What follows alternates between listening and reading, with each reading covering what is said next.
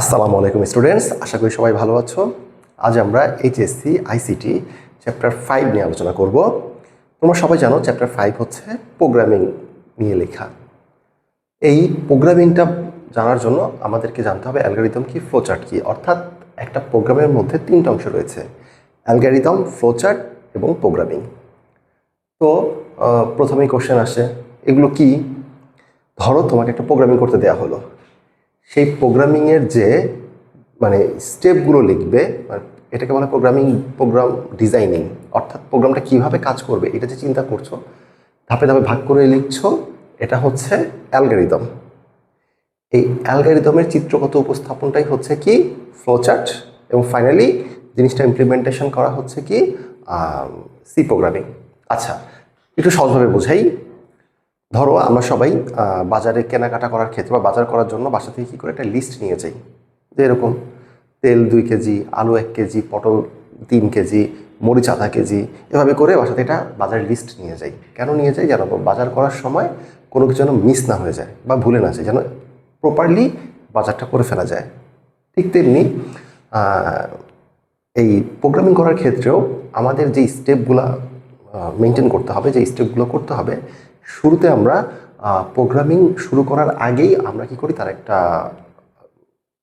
Guideline তৈরি করি বা তার স্টেপগুলো লিখে ফেলি, যেন প্রোগ্রামিং করার সময় আমাদের কোনো কিছু মিস না হয়ে যায়। অর্থাৎ ধাপে ধাপে ধাপে ধাপে যেন আমরা প্রোগ্রামটা করে ফেলতে পারি। তাই তো, একটা 20 তলা বিল্ডিং কিন্তু একবারই হয় না, স্টেপ বাই স্টেপ করতে করতে করতে করতে উপরে যায়, তাই না? এটা হচ্ছে কথা।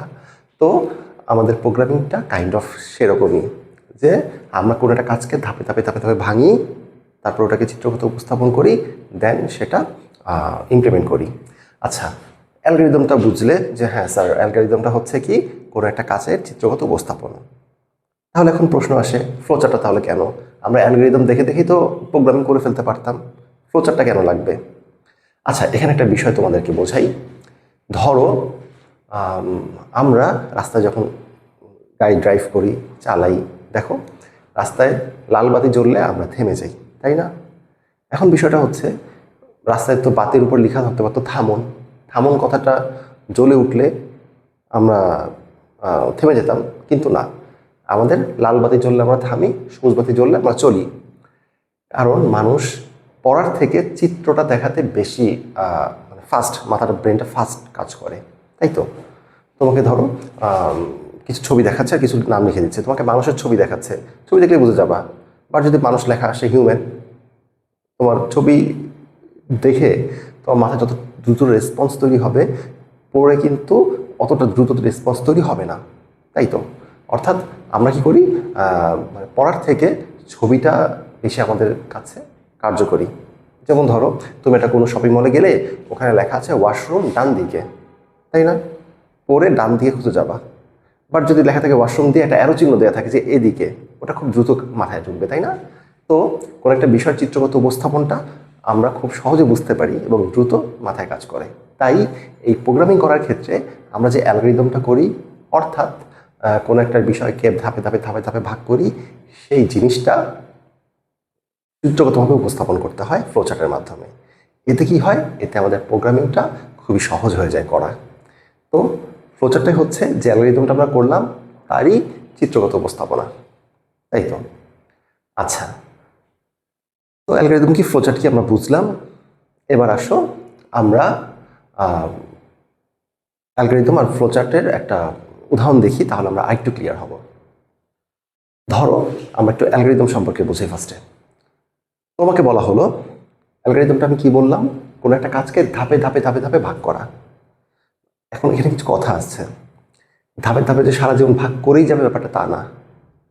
ধাপগুলো হবে সসীম সংখ্যক, অর্থাৎ প্রচুর ধাপে ভাগ করে ফেলছো, জিনিসটা সহজ না আরো দুর্বোধ্য হয়ে যাবে, তাই না? তাহলে অ্যালগরিদমকে ভাগ করার ক্ষেত্রে কিছু বিষয় আছে। এক হচ্ছে কি, ধাপগুলো সসীম সংখ্যক হতে হবে। 2 হচ্ছে কি, ধাপগুলো সহজবোধ্য হতে হবে, অর্থাৎ আমি কি লিখলাম, কি কি ধাপে ভাগ করলাম, এটা যেন আমি সহজেই বুঝি, অর্থাৎ ধাপগুলো যেন সহজবোধ্য হয়। ফাইনালি হচ্ছে ধাপগুলো সুস্পষ্ট হতে হবে, ক্লিয়ার হতে হবে, আমি কি লিখেছি আমি বুঝতে পারি।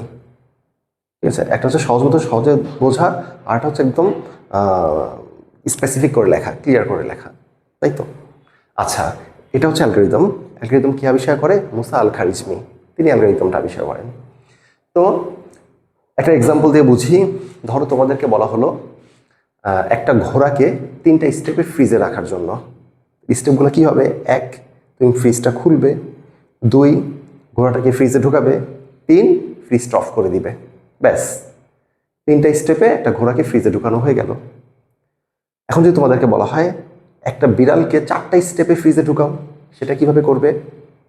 স্টেপ নাম্বার 1, ফ্রিজটা খুলবে। স্টেপ নাম্বার 2, ওই ঘোড়াটাকে ফ্রিজ থেকে বের করবে।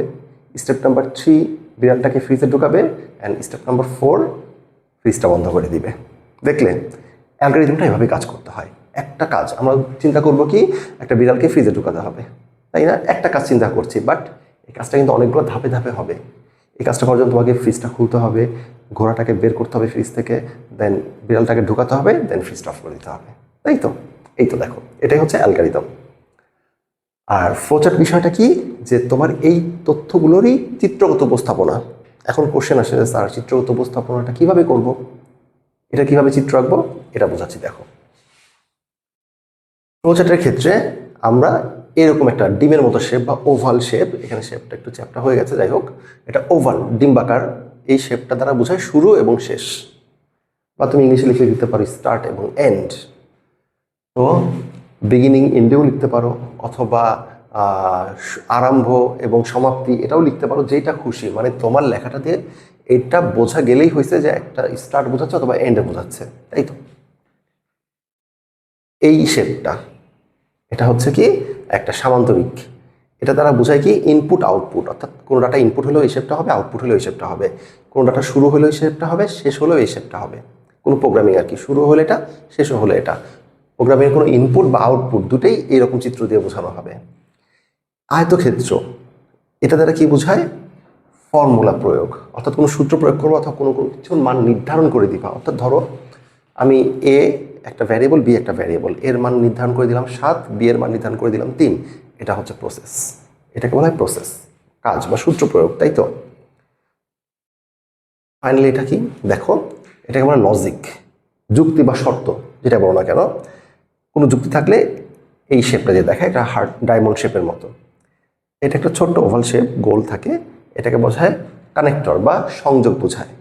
কানেক্টর বলে, জয়েন্টার বলে, সংযোগ বলে, মানে দুইটা বিষয়কে একসাথে কানেক্ট করা।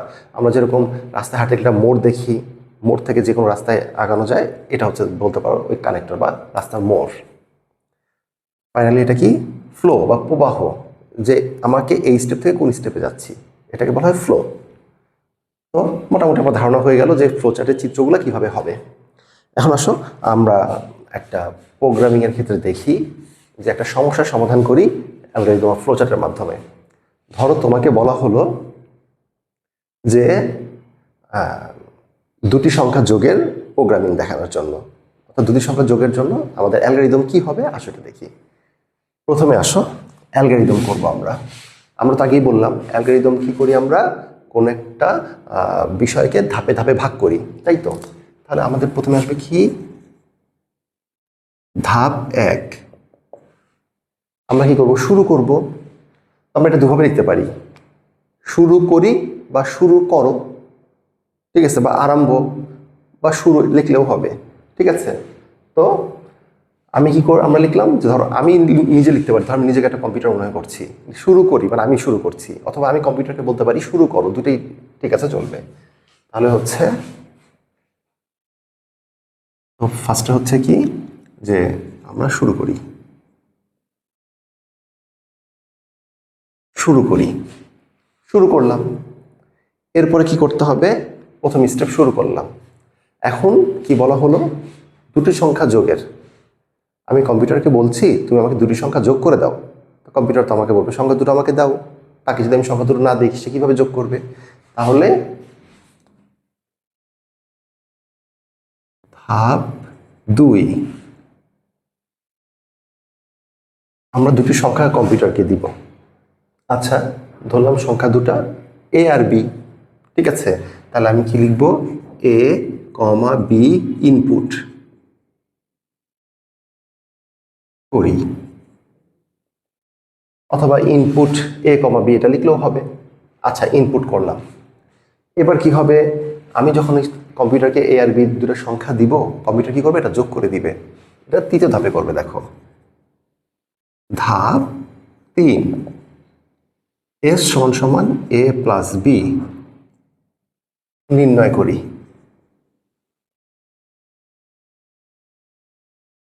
আচ্ছা, এস ফর কি, সাম, যোগফল। এ আর বি যোগ করে যোগফলটা বের করবে, সামটা বের করবে। আচ্ছা, এ ও বি নির্ণয় করা হয়ে গেল। এখন কি করবে, কম্পিউটার কিন্তু একটা মেশিন, মানুষ না। সে চিন্তা করছে আমাকে দুটো সংখ্যা দিলে আমি যোগ করলাম, যোগফলটা দেই। কম্পিউটার কিন্তু দিবে না, সে যোগ করে বসে থাকবে। ওকে বলতে হবে ফলাফলটা আমাকে দেখাও, তা না হলে সে ফলাফল দেখাবে না। তাহলে এখানে ধাপ 4-এ যাই, ফলাফল প্রদর্শন করি। ফলাফল বলতে কি, এখানে এসটাই হলো যোগফল বা ফলাফল। আমি লিখতে পারি ফলাফল প্রদর্শন করি অথবা এস প্রদর্শন করি। এস এস প্রদর্শন করি বা এস আউটপুট দেই অথবা এস দেখাই, যে কোনো একটা লিখলেই হবে। ধর আমি লিখলাম এখানে এস দেখাই, এস দেখাই। আচ্ছা, শেষ। আমার রেজাল্টটা আমরা পেয়ে গেলাম, এস দেখে ফেললাম। এখন কি হবে, প্রোগ্রামের সমাপ্তি। আর প্রোগ্রামে কিছু বাকি নেই। তাহলে ধাপ 5-এ যে লিখি শেষ বা সমাপ্ত বা এন্ড, যা খুশি আমরা লিখতে পারি, তাই তো। এই দেখো আমরা কিভাবে দুটি সংখ্যা যোগের প্রোগ্রামিংয়ের অ্যালগরিদমটা করে ফেললাম। আচ্ছা, এখন যদি বলা হয় যে স্যার আমরা তো অ্যালগরিদম করে ফেললাম, বুঝে গেলাম, তো আমরা এটার ফ্লোচার্টটা কিভাবে করব, আসো দেখি ফ্লোচার্টটা কিভাবে করব। প্রথমে দেখো তো এখানে কি লেখা আছে, শুরু করি। আমরা কি জানি শুরু বা শেষ কি দিয়ে বোঝায়, এই ওভাল শেপটা দিয়ে বোঝায়। তাহলে আমরা এভাবে একটা ওভাল শেপ দিব, লিখবো কি শুরু। শুরু হয়ে গেল, তাই তো। আচ্ছা, এরপরে কি আছে, এ ও বি ইনপুট করি। আসো এ ও বি ইনপুট করি।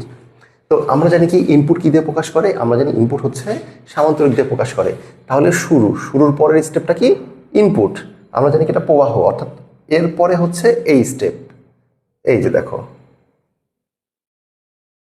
তাহলে কি লিখবো, এ কমা বি ইনপুট করি।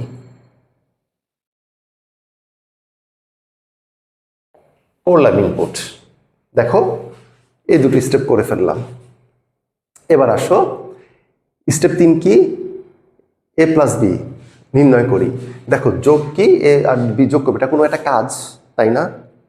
কাজ করলাম, এই যে সূত্র প্রয়োগ বা কাজ করলাম, এই কাজটা করলাম আমরা। আমরা জানি কোনো কাজ করা মানেই হচ্ছে কি আয়তক্ষেত্র। এ সমান সমান এ প্লাস বি, একটু লিখলেও হয়, বা লিখতে পারি নির্ণয় করি, যেটা খুশি লিখতে পারো, কোনো সমস্যা নেই। S is equal to A plus B নির্ণয় করি, করলাম।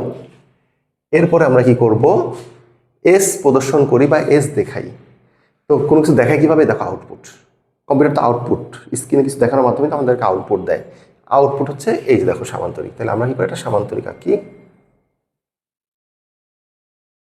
এস দেখাই, এস দেখালাম। ওকে, এটা দেখানো হয়ে গেল। এবার কি শেষ করি। আমরা কি জানি শুরু এবং শেষ হচ্ছে এটা, দেখো শেষ। দেখো প্রোগ্রামিংটা শেষ হয়ে গেল।